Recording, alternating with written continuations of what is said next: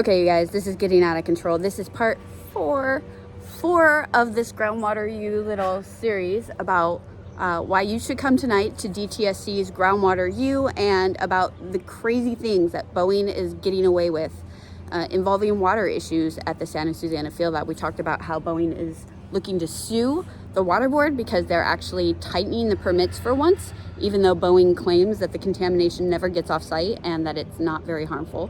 But there's something else that Boeing did recently behind closed doors that was not put up for... Was this last year? Might have been last year. I think so.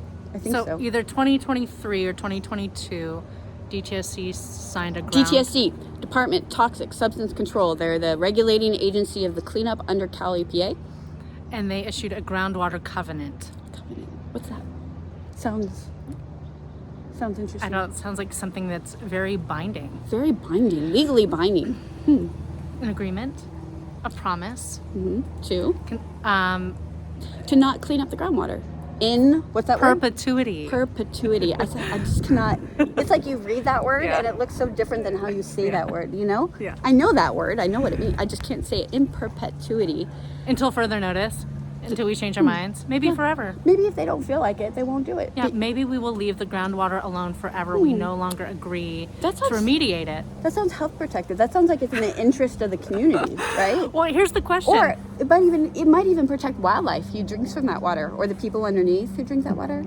If you have to, if you're going to leave the groundwater alone in perpetuity, why aren't they holding a groundwater U concerning it? Well, the groundwater's so safe. That's why they didn't have to clean it up forever. That's why they needed a legal document to make sure they didn't have to if they didn't want to. Yeah. You know, it's really interesting. I see this pattern with Boeing where they just don't want to clean it up. You would think that they would just do it out of the goodness of their corporate America heart. You think at this point they would be tired of not cleaning it up and all the They'd be dealing like, with us? Hey, let's do something new. Let's protect people. Let's go beyond even what regulators say, and we'll just do the right thing. It's like a pattern. I noticed that. Yep. I noticed that with Boeing. It's interesting. Okay, so that's something else Boeing has done. They passed this agreement that they do not have to clean up the groundwater underneath the Santa Susana Field Lab until they feel like it in perpetuity, because they said nobody drinks it, which is not true because the groundwater has been shown through, what's the name of that science? Hydrologist? That it can reach the water tables in Simi Valley, and the Cayugas Creek watershed can be impacted by the groundwater underneath the Santa Susana Field Lab, which tonight they'll probably tell us isn't true, even though independent scientists say that it is true. And Boeing says that nobody's drinking it, so not only is that not true for people on the Cayugas Creek watershed, which includes most of Ventura County, who also their agriculture might be impacted, but also the wildlife. The wildlife absolutely drinks that water, or can drink that water. The surface water, when the groundwater tables here are very shallow, so they can rise up into the surface water. And if you join Groundwater U tonight, which we're posting this video in hopes that we can convince you to join us, and you have questions afterwards about information that they have given you or given us, let us know. Yeah. Reach out on Facebook, email us in this thread of this Facebook Live post, because we want to be able to consult with other truly independent scientists and data analysts to give you the correct information.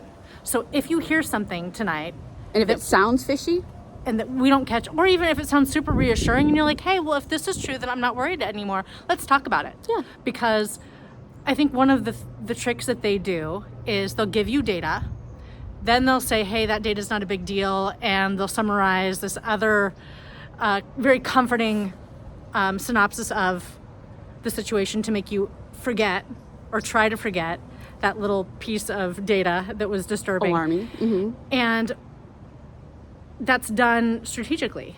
You know, Jenny, it just sounds like you're exaggerating the problem that DTSC doesn't tell the community the truth. They're a government agency. I know, isn't that wild? Well, unfortunately, time and again, we've seen this strategy. So if we all work together and let's just talk about it. Let's find out answers. If you have a question, let's look into it. Yeah.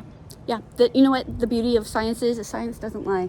That's right. It's independent. It can be interpreted, but it is it pretty much stands up for itself. And so we're not afraid to look at the science. And you'll notice DTSC glosses over a lot of things.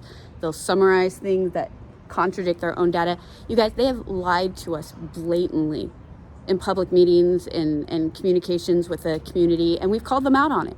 They never apologize, but we have called them out on it, and they were wrong. They were telling falsehoods.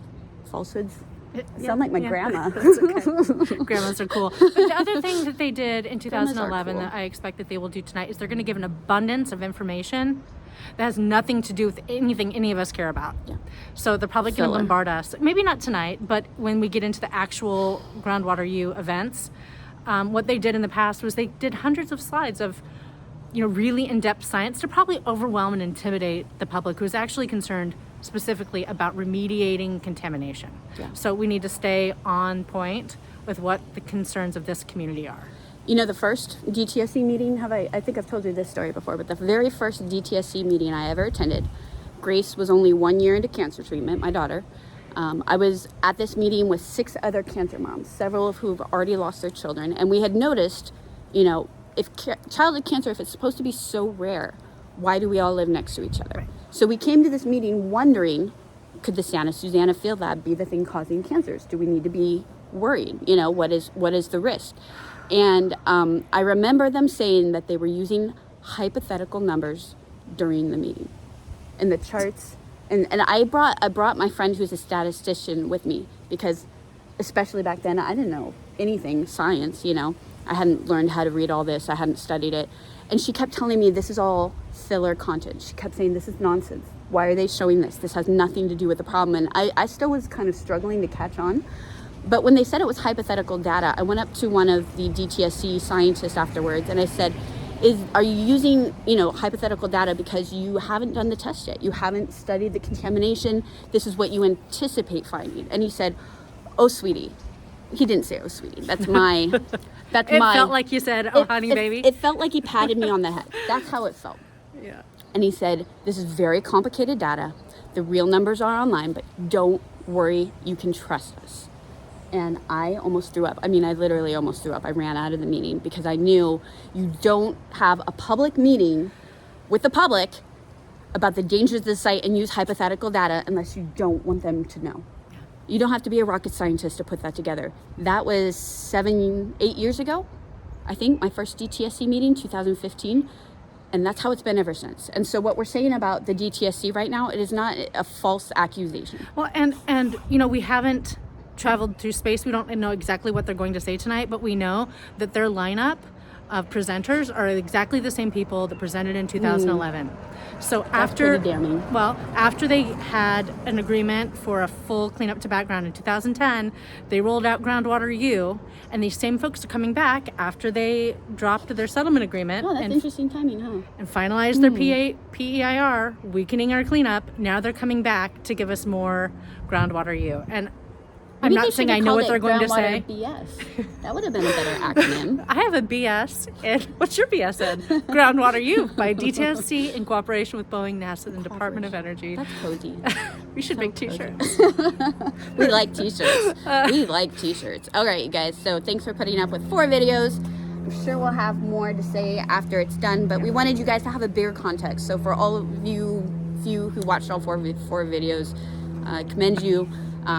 But it's important. This really matters. And it matters to our kids. It matters to the wildlife. It matters to the longevity of the groundwater, because as climate change is going to increase in California, people are going to be more reliant on groundwater.